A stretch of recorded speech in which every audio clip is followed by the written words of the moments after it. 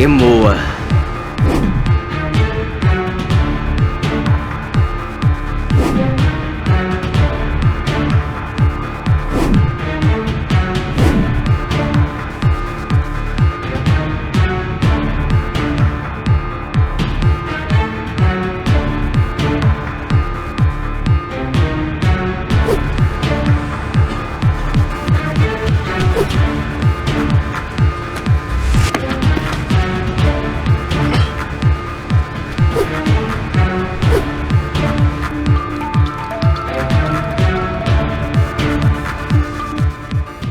क्या सूर्य बंदर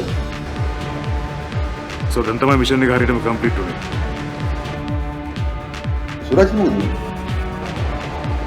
මට ඕන වුණේ ඔය පණ පිටින් අල්ලගන්න. මම ඔය පණ පිටින් අල්ලගත්තා. මිෂන් එක හරියටම කම්ප්ලීට් කරනකන් සූර්ය බණ්ඩාරට ඉවසුමක් නැහැ කියලා මම දන්නවා. ඒත් මං හිතුවේ මෙච්චර ඉක්මනට ඉවර කරයි කියලා. මට යනවා සර්. හොඳයි සූර්ය බණ්ඩාර.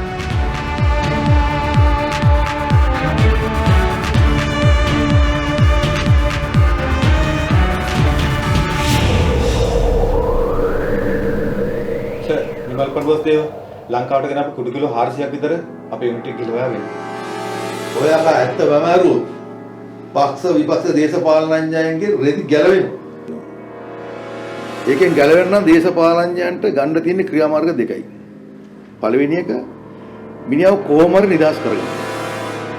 දෙවෙනි එක මේ ජීවිතෙන් මිනිහව නිදහස් කරගන්න.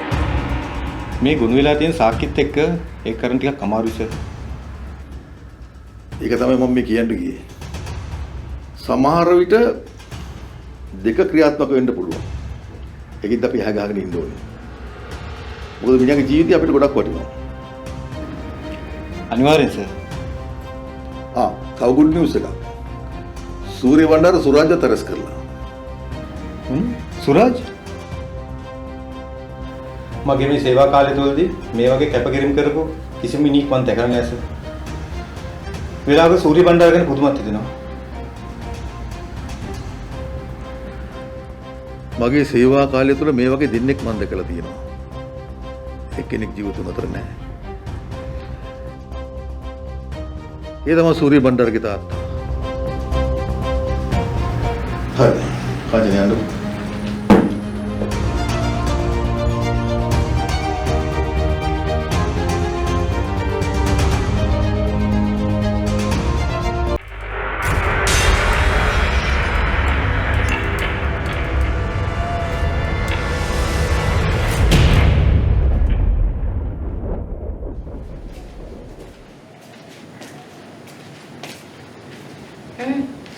ඕක ඔබනගෙන ආතලා මෙන්න මේ තේග බීපන්.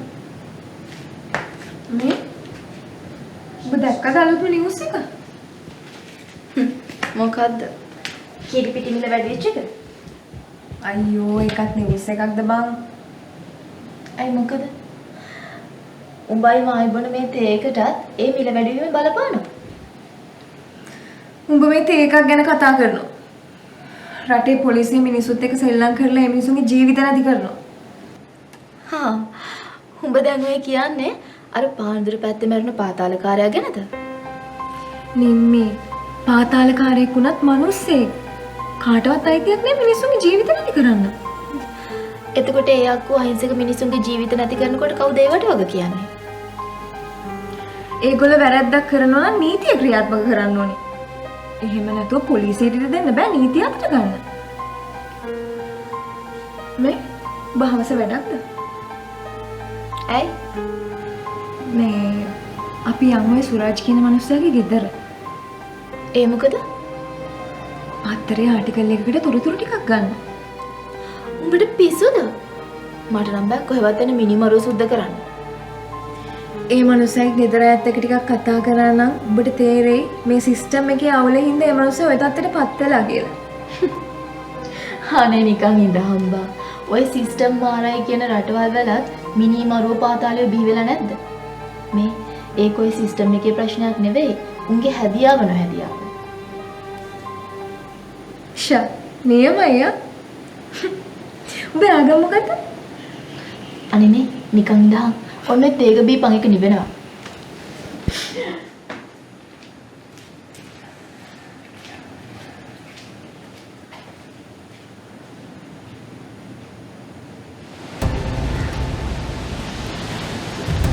මොකක්ද තාත්තේ?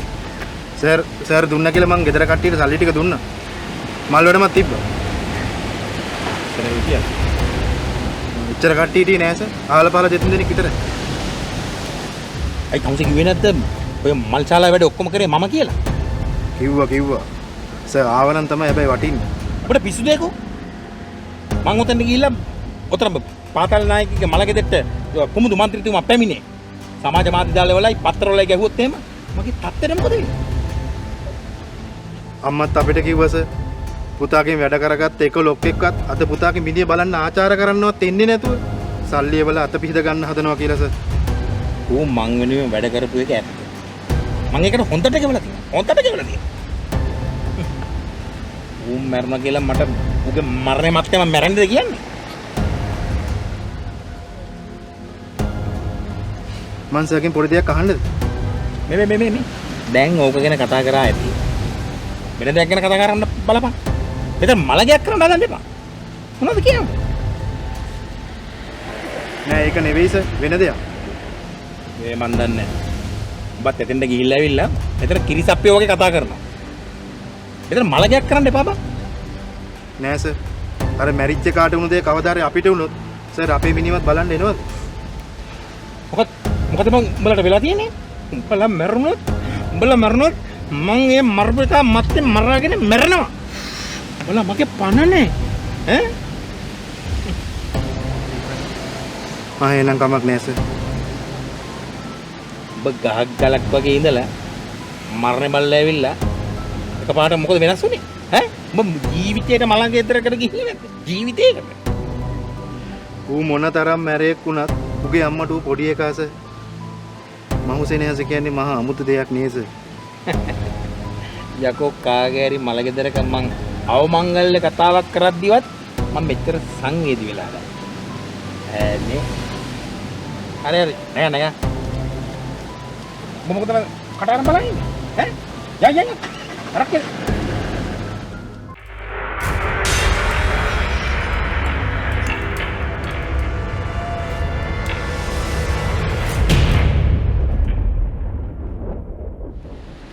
ඌබන් අර කියපු එක තාම නැහනේ. එයි බං කලබල නැතුව ඉඳපන්. උඹ මොකටද බය වෙලා? උඹ එක දෙයක් මතක තියාගනි. උඹ ඉන්නේ සෙනෙවිරත්න මන්ත්‍රීතුමාගේ පුතත් එක්ක කියලා විතරක් ඔළුව තියාගනි. ඒ වුණාට බං අංකල් කාර්යය ලංකාවේ නැහනේ. යකෝ තාත්තා ලංකාවේ නැතු වුණාට තාත්තයි ගෝලු ටික ලංකාවේ ඉන්නේ. උඹ මේ වැඩේ ගානට ප්ලෑන් කරලා කරයි. අනික උඹ මේක පුරුදු වෙන්න කරන වැඩක් නෙමෙයි. මේක උන්ට සිම්පල් වැඩක්.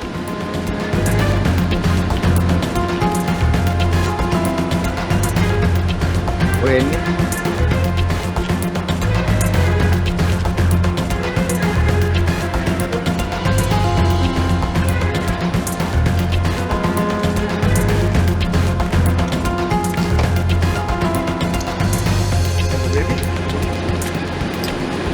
අද කේස් එක? ලොකු කේස් එකක් නෑ. පොඩි කේස් එකක්.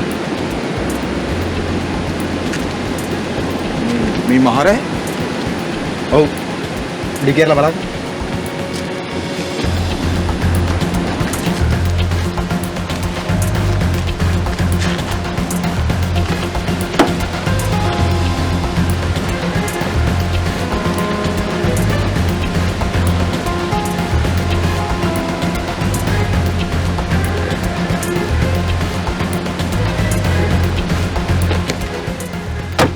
මේ කවුද බේබි මේ? කොයි වෙලාවෙද මැරුණේ? ඒකනේ කියන්නේ කාගේ කවුද කින්ද මන්ද අනම් මනම් වාට වැඩක් නෑනේ මැරුණේ කොහොමද? ඒක ඔය අදාළ කරගන්න එපා. ඔයා මේක අවුෙන්නේ නැති වෙන්න කරන්නේ කොහොමද කියලා ප්ලෑන් කරන්න. ඒ ඇති. මට දැන් තේරෙනවා. මම පහුගිය ටිකේ හිතුවේ බේබි වෙනස් වෙලා ඇති කියලා. දැන් බලාගෙන යමු බේබි පොඩ්ඩක්වත් වෙනස් වෙලා නැහැ. කොහොමත් ඉතින් මල් තලන්න පුරුදු වෙච්ච උන්ට ඒව නතර කරන්න අමාරුයිනේ.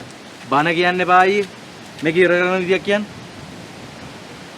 මේ කලබලේ අලුත් ක්‍රම හොයන්න බෑ. පරණ ක්‍රමයට මේක ඉවරයක් කරමු. එහෙනම් උඹ ඒ විදියට ලස්සන්ට ප්ලෑන් කරලා වැඩේ කරපන්. මායි මුයි බයිසිකලේ යන්න. හැබැයි බේබි එකක් මතක තියාගන්න. මං අදට විතරක් මේක කරන්න. ඊට පස්සේ නම් මාව මේවට ගාව ගන්න එපා. ඇයි? උඹ සීල් රකින්න හිතුවද? මගේ ගෑනටත් හම්බුනේ ගෑනු දරුවෙක්. මම බලනකොට මාත් ගෑනු දරුවෙක්ගේ තාත්තා කෙනෙක්. ඊය අපිට සහ ගන්නවා බේබි. හරි. උඹ අදර විතරක් මේ වැඩේ කරපන්කෝ. වරෙන්. මැක්සා මේ වරේ. ශාන්තයි. මම වාහන ගනි. හරි යමු.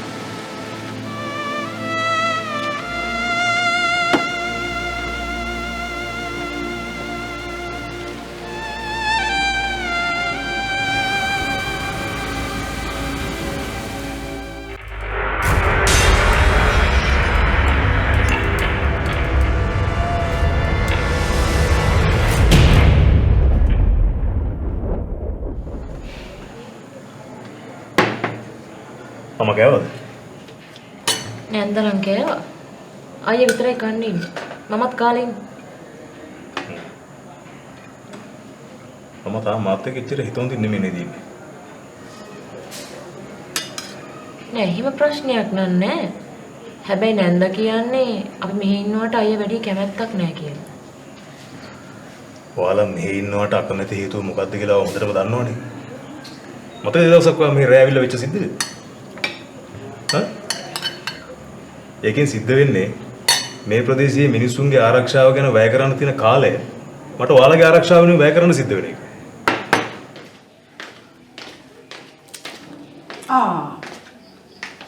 දැන්ද කන්නේ? දැන් රෑ 10ක් පහ වුණානේ.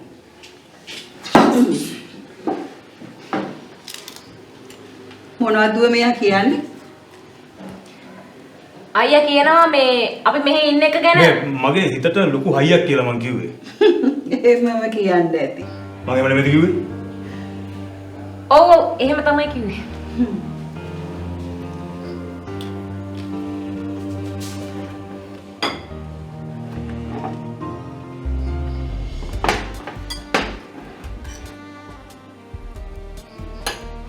කොච්චර කාලෙකින්ද මම මෙයාට බත් කටක් කවන්න යන්නේ. දුව දන්නවද? ඉස්සර මම කැව්වේ නැත්තම් මෙයා කන්නේම නැහැ.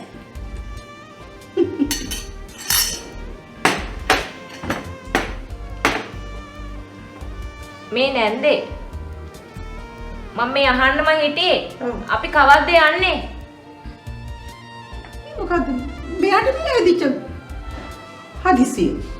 මේ පුතා මේ තරම් ඉන්න කියන්නේ? ඔව් කියනවා නම් තමයි. මං එපා ඉතින් දැන් මොකද්ද? නෑ මේ ප්‍රශ්නේලු මෙහෙ. ඉන්දියාවෙත් නැහලු. ඒ මොන විහරගිනියමක්ද? මේ නාකින් මටවත් දැයින් නැති රස්නේ. අර කාමරේ ෆෑන් එක තියෙන ගිහින් දාගනිකෝ. මාත් කිව්වා.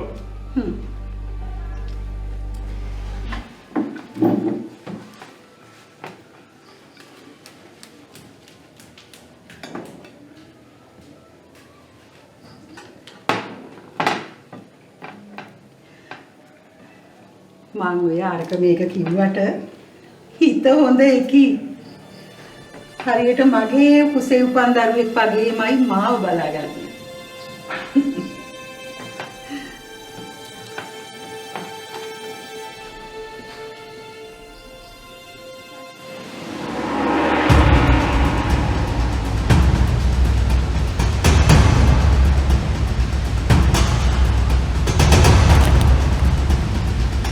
උදින් දාපන් ශාන්තයි.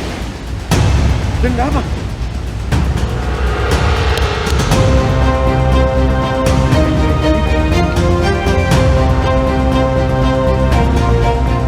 අතන වගේ ගිනි කොට ගහමුනේ. එතන දෙමු ගිනි කොට.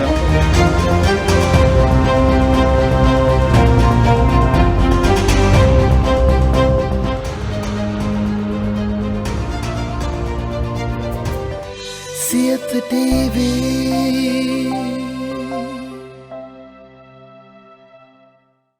දිනපතා අලුත් වීඩියෝ සහ ප්‍රවෘත්ති නැරඹීමට ඉහත බටන් එක ක්ලික් කර සියත TV සබ්ස්ක්‍රයිබ් කරන්න.